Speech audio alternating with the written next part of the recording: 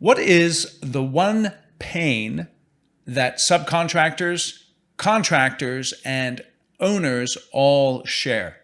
It is dealing with change orders. Welcome to Construction Genius, and my guest today is Cameron Page, the CEO and founder of Extracker. Extracker is a software product designed to help construction teams track change orders. One of the great things about Cameron is that he actually has construction industry experience, working for a large general contractor out of the Bay Area before launching Extracker. So he has dealt with this problem on the battlefield, so to speak, of a construction project. He understands it inside and out. He has great insights into how to deal with the challenges associated with change order management and change order communication. And that's what we're going to talk about here today on Construction Genius. So enjoy my interview with Cameron. Feel free to share it with other people in the industry. And thank you for listening to the program. This is Eric Anderton, and you're listening to Construction Genius, a leadership masterclass. Thomas Edison said that genius is 1% inspiration and 99% perspiration. If you're a construction leader, you know all about the perspiration, and this show is all about the 1% inspiration that you can add to your hard work to help you to improve your leadership.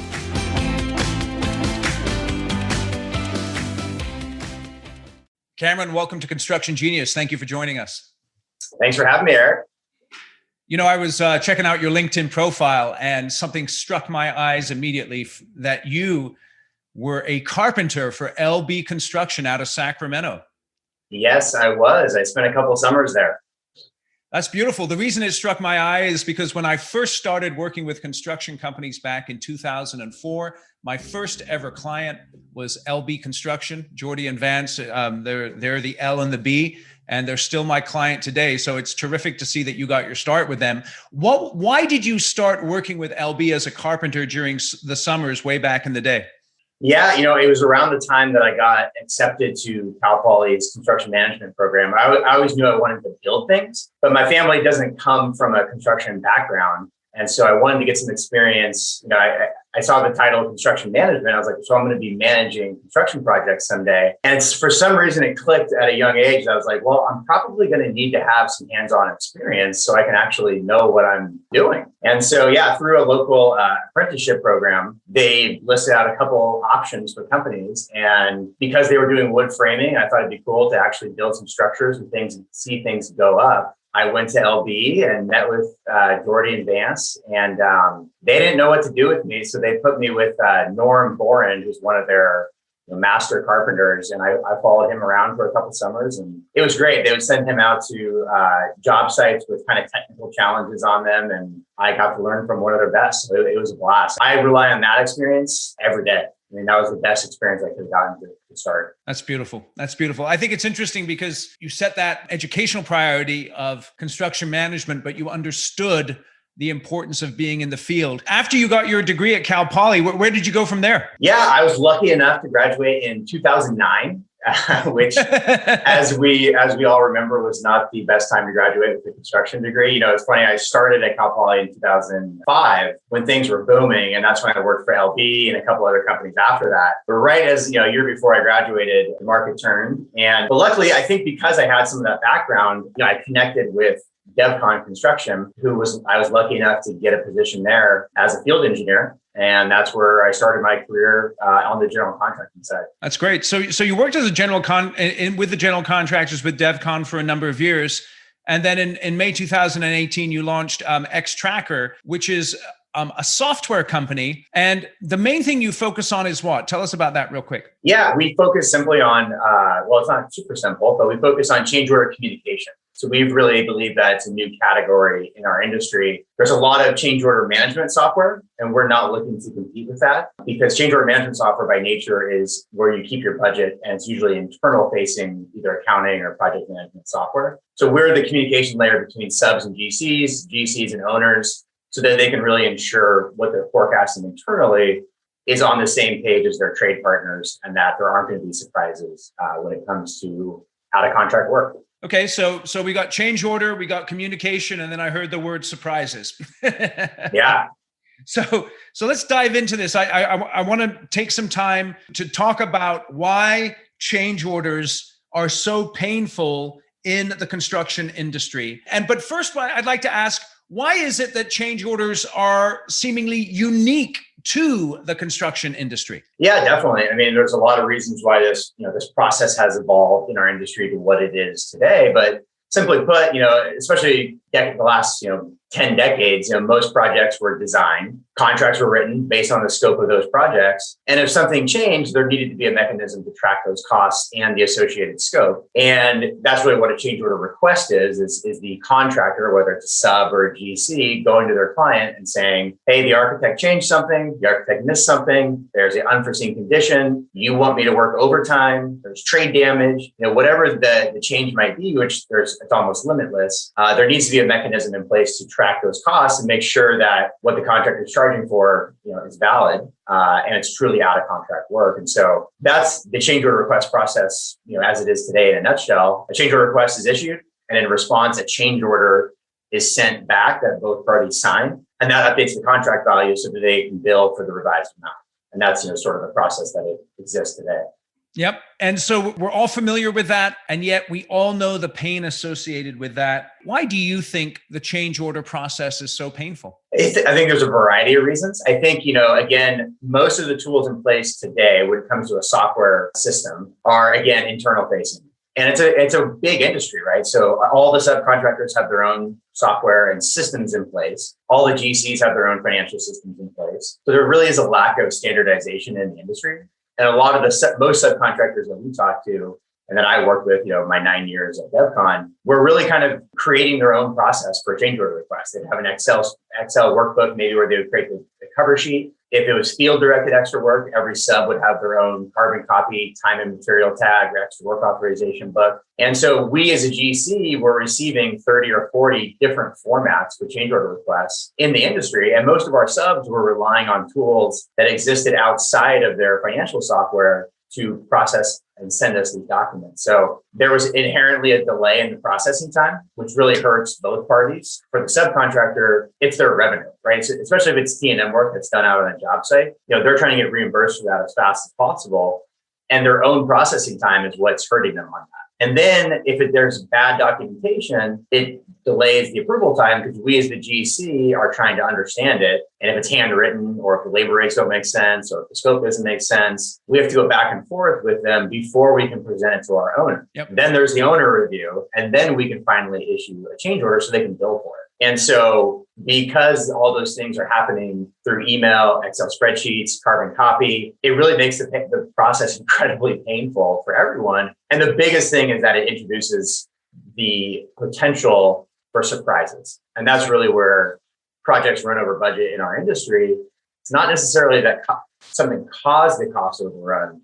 It's that it wasn't identified in real time. Because if you can identify it in real time, you can proactively mitigate it and figure out a path to hopefully avoid it. But if it's weeks and months later and the work has already moved on, that's when projects wind up in financial situation. So there needs to be a proactivity on the part of the subs to be able to identify the changes and communicate them to the GCs. But there's this standardization of communication that needs to happen in order to remove some of that friction. Am I hearing that right? Yeah, that's exactly right. Other than that standardization process, why do you think that friction occurs? Do you think it's a matter of trust between the GCs and the subs? Is it owner ignorance where perhaps they're getting into something and they're not really understanding the fact that changes are going to occur? In your experience, give me a little bit more about that friction and what the best contractors are doing to overcome that. Yeah, I think it's a combination of communication and being proactive. When a project starts, everyone's singing Kumbaya and we're ready to start this project, and there won't be a single change order on this job. Yeah, right. And that's just not the nature of the industry, especially with design build and things changing in our space, where the design is more fluid. That means there's going to be more changes. And so what typically doesn't happen at the beginning of a project is the conversation around how are we going to standardize this process? What are the expectations for subcontractors? Am I getting the labor rates, the material rates approved up front, which will make change order review more easy? And a lot of times there's so many things to focus on at the beginning of a project when maybe there aren't a lot of change order requests. A lot of that initial setup gets overlooked. And then 6 months later, when you have a couple hundred subcontractor change order requests to look at, you wish you would have been more proactive up front. But frankly, without a software tool in place to do that, you're really relying on, maybe sending your subcontractors a shared Excel log that you want them to, keep tabs on what they've sent. Or maybe you're sending them a template that you want them to fill out for a change order request. Then when it comes to field-directed extra work, you're really at the mercy of every subcontractor's carbon copy workbook for creating extra work authorizations and T&M tags. So I say that, being proactive is the way to do it, but frankly, it's hard to do. Let me just ask this. So like you said, we've signed the documents, everybody's happy, everybody's kumbaya. Who's responsible for having that change order conversation, the foundational one, and when should that conversation take place? It's the general contractor is responsible. And frankly, it should be in the bid docs. It should be in the bid documents. It says, with your bid, I want to see your labor rates. If you are going to require your subs to fill out some sort of template for change order requests, which doesn't always happen, you should include that in the bid documents so you're not surprising your subcontractors after the fact. If it comes to T&M tags and there's a formal process of who should sign them, who should authorize it, that process should also be laid out. Because again, once someone's bid a job and you've awarded them a contract, it is hard to go out back to a subcontractor and say, hey, here's how we're going to do change order requests. You can't use your system. The sub's going to say, well, I did the job not knowing I had to do all that. And a good subcontractor will adopt and work with their client. But again, it just adds friction. So the more upfront you can be, the better. And then frankly, having a subcontractor weekly meeting, bringing it up and having those expectations communicated is something that can be done after the fact. But frankly, it's up to the general contractor to facilitate that conversation with their subs. And honestly, it's in their subs. It's good for their subcontractors. Like if you want to be a good partner to your subcontractors, you should help them track costs and that you don't wind up in litigation or a dispute over a change order request because the process wasn't transparent and communicated up front. So you've got this idea of the GC taking the initiative to clearly communicate to the subs having their act together so that they can get the GCs the information that they need. In your experience, what is the most effective way for the GCs to communicate with the owners about changes? What have you seen some tactics or strategies that GCs use to help smooth that tough conversation with the owners? Yeah, well, a lot of it depends too on the project delivery. So if it's a guaranteed maximum price contract, and let's say it's the design build delivery method, in that GMP, you're going to help your client plan for change order requests. And that's what we would do at DevCon is we would write guaranteed maximum price contracts and we would guarantee the price of the contract based on the current scope. And we would carry allowances for anticipated change orders. If we looked at the schedule and it was a tight schedule, we'd include an allowance for overtime. If it was a TI that was going to be really fast paced, we knew that there was probably going to be trade damage and paint touch up that needed to be done. So we carried an allowance for that. And we would communicate to our owner why we were doing that. Now, the challenge is reconciling those allowances during the project is difficult when you're doing it with carbon copy tags. Let's say it's trade damage. Your subs are going to be tracking it on carbon copy. You're going to be waiting on them to process those change order requests so that you can send it to the client. But you want to paint the full picture for the client. And if it's taking, we've found with our data that we've gone back and researched the historical projects, on average, it takes about 24 days for those to get processed. So inherently, you're working against a 24-day delay in recognizing those costs, which makes it incredibly hard to keep your client up to date. So again, it's just all about being proactive and being transparent with what you're sending your client. And for a GC to reduce their risk, which inherently reduce their owner's risk, they need to get change orders processed and closed fast. The longer a change order sit, the more opportunity there is for the project to go over budget, for there to be a dispute, whatever it is. And so, for GC also, if you have a $10,000 change order request, and let's say your markup is 4 or 5% on the overall project, you're really not making a ton of money. You might make $400 on the change order request. But if you don't process it in time, you could have a $10,000 dispute on your hand. So really, they just represent risk. And so that clear communication is one way of reducing the risk as much as possible. Correct. Yep. So let's talk about it. You're working at DevCon. You know, you've got yourself a construction management degree, and now you're the CEO of a software company and a founder. How did you make that transition from working with DevCon to being the CEO of Extracker? What led to that? Yeah, I mean, frankly, it was just living this problem day in and day out. And, the original concept for the software started about 4.5 years ago. And a lot of it revolved around solving the challenge of field-directed extra work. So getting rid of carbon copy, time material tags out on the job site.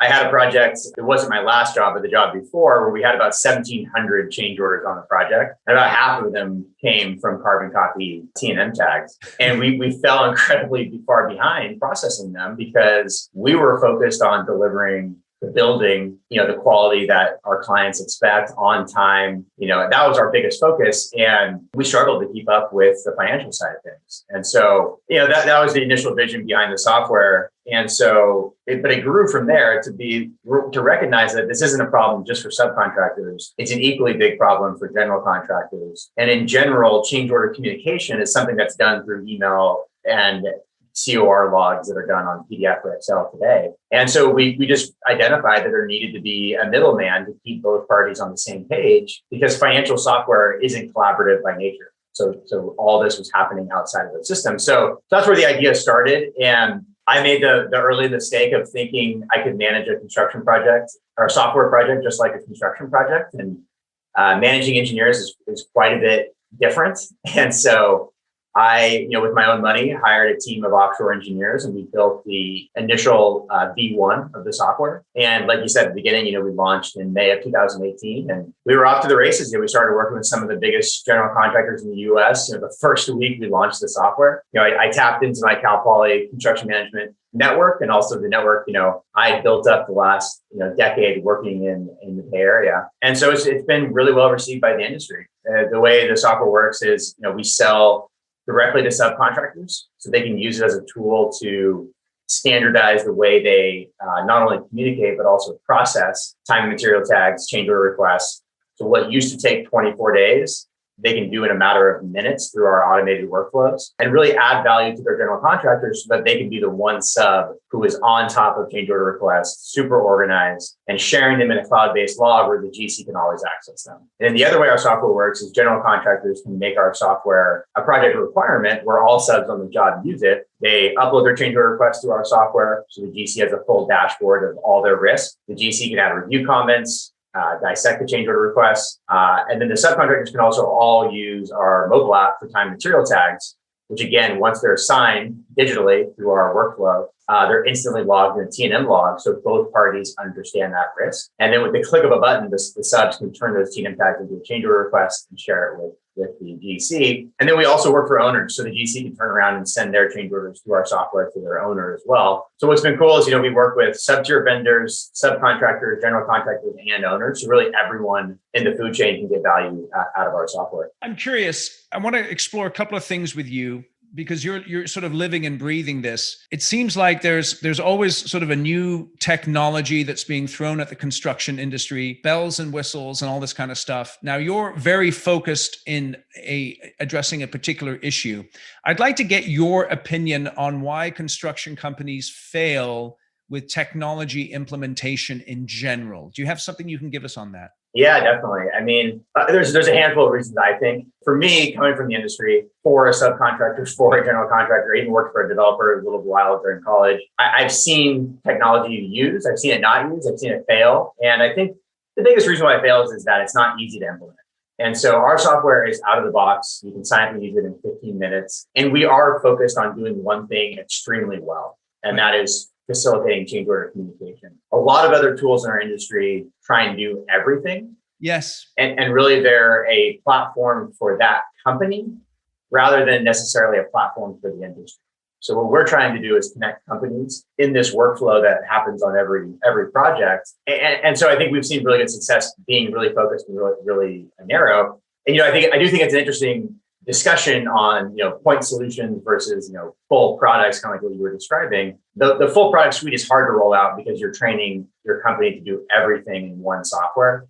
Right. And frankly, every workflow may not be as best as it can be. And I do think that's interesting because our industry, we have specialty subcontractors on every single job site who do one thing extremely well, and we hire them specifically for that reason. And on top of that, they all use tools that do one thing extremely well. And so, you don't see a subcontractor whipping out like a multi-use tool to do 5 different things. They have the right tool for the job. And so, I do think there's a lot of great products in our space that do a lot of things, and they've done an incredible job. Procore just IPO. I mean, there's a lot of good products in our space, but I do think there is a need for specialization when it makes sense. Some point solutions don't solve a big enough problem, and it's really not worth it to train your company on one specific thing. But if it's a big enough problem that affects your bottom line, like change order communication, I believe that it deserves to be its own tool that is hyper specialized and the best it can be. Yeah, it's very interesting just how you've identified, the one thing that every construction company to one degree or another struggles with. As you've brought the tool to market, what have you learned from your customers based on their feedback? What has been most valuable to you as you've developed a software tool? And the reason I'm asking that is because, when someone is bringing a tool to the market, they're obviously learning a ton. And I want to see how construction companies can help technology companies like yourself to improve their tools. So what have you learned from interacting with your clients? Yeah, I mean, that's where we get most of our inspiration. Obviously, I had the original vision for the product, the problem we were solving. And, I think we built a pretty darn good solution out of the gates, but we had a long ways to go. And, frankly, we are inundated with great feedback from our customers, and it's our job to prioritize what is the best thing for us to focus on.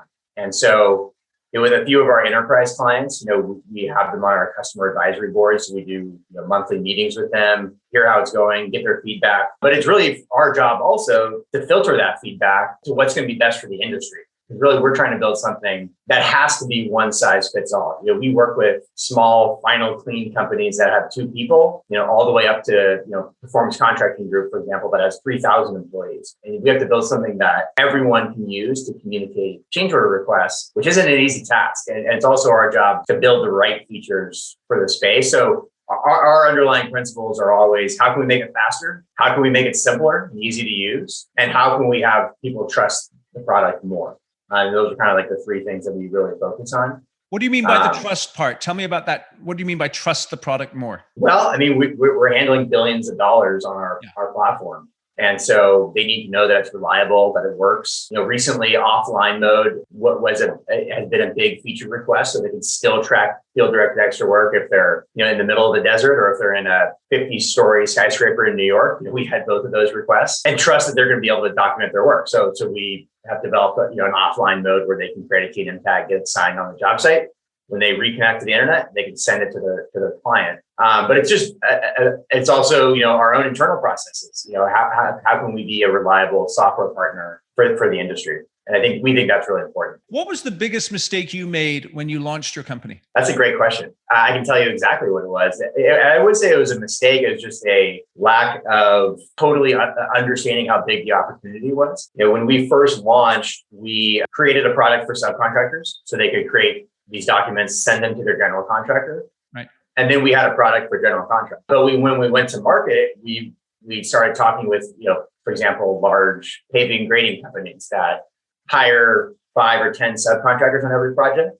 But then they themselves also act as a subcontractor. And they were like, we want to use both tools. And so about 9 months into launch, we realized that we needed to make it even more one size fits all, so that anybody with the same account could receive change order requests and TNM tags, then they could turn around and send them. And so it was painful. We spent about 6 months basically re-architecting the whole platform after we launched. But we launched it and it's been great. So we have tons of companies who send and receive things on our platform. Brand Safeway is a subcontractor we work with, big scaffolding subcontractor, and they primarily operate as a sub-tier vendor and work for other subcontractors. And they wouldn't have really been able to effectively use our software with the old version had we not made that giant change. So that was one of the early ones. But there's been, I've learned a lot through this process. Cal Poly's motto is learn by doing, which I think is a great one. And, I've definitely embraced this on that. I put my own money in to start the company and I just said,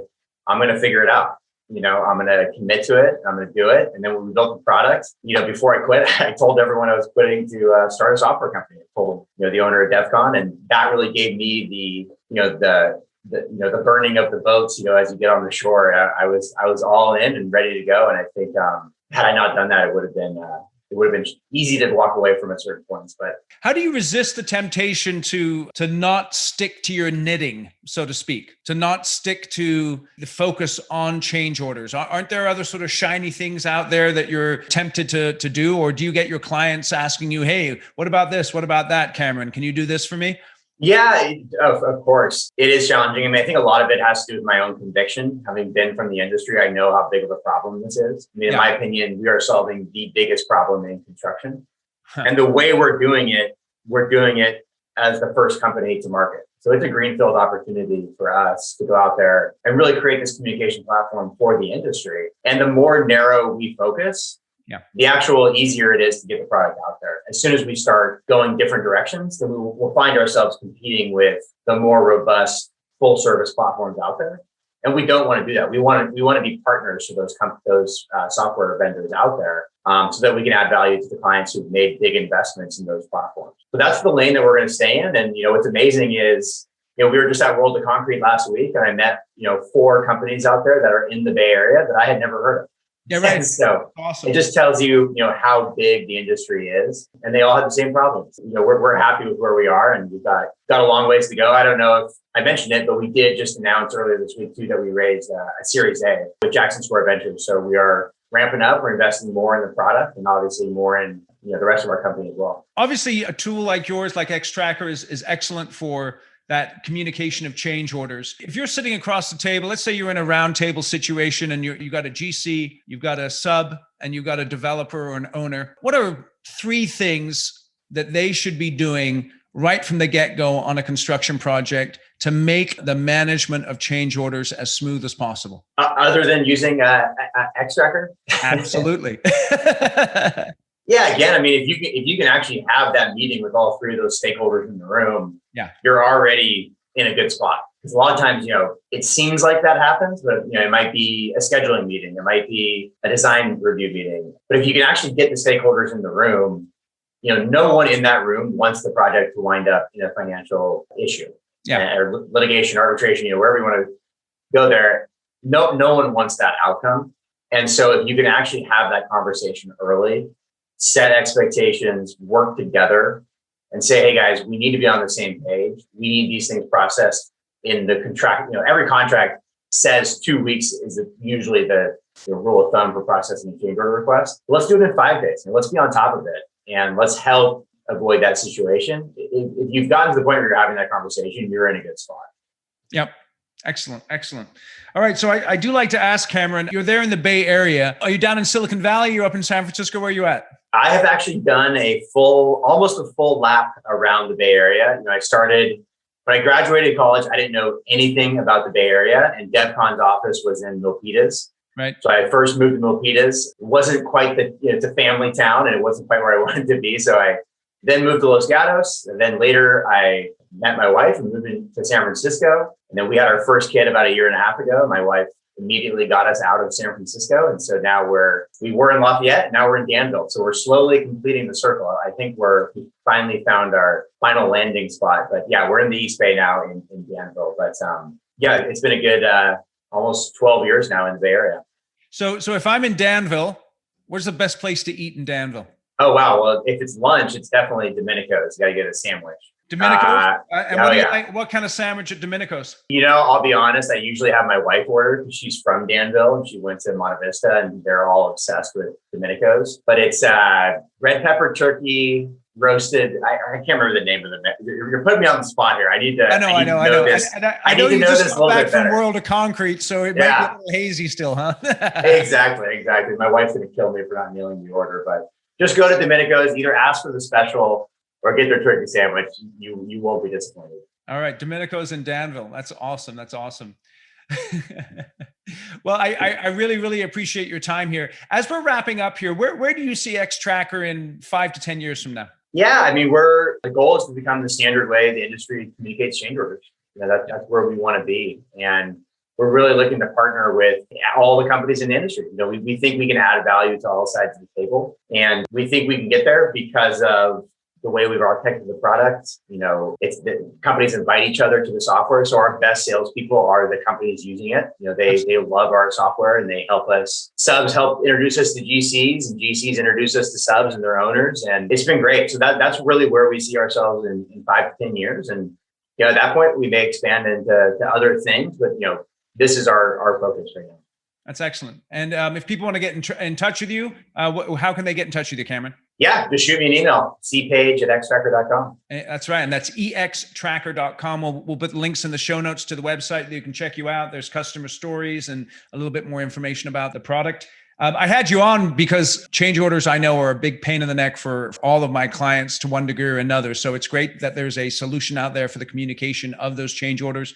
Cameron, I appreciate you joining me here today. Yeah, and I appreciate you doing the podcast and helping the industry out. It's awesome. Yeah, thanks for having me on. All right, right on. Today's episode was brought to you by the Construction Conclave. If you as a construction leader would like to develop your skills and get involved in a community of like-minded construction professionals who are focused on building healthy teams, profitable projects, and long-term successful businesses, then the Construction Conclave is for you.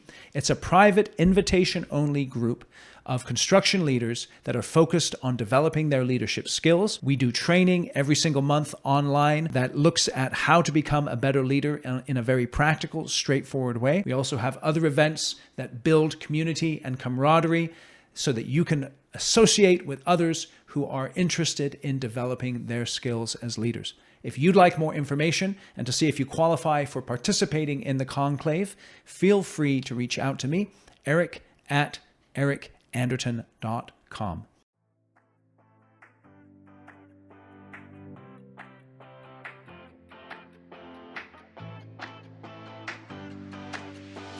Thank you for listening to this episode of Construction Genius. Hope you found that 1% of inspiration to help you in the next few days. If you like the show, please give us a 5-star review on iTunes, share it with other construction leaders who you think would benefit, and thanks again for listening.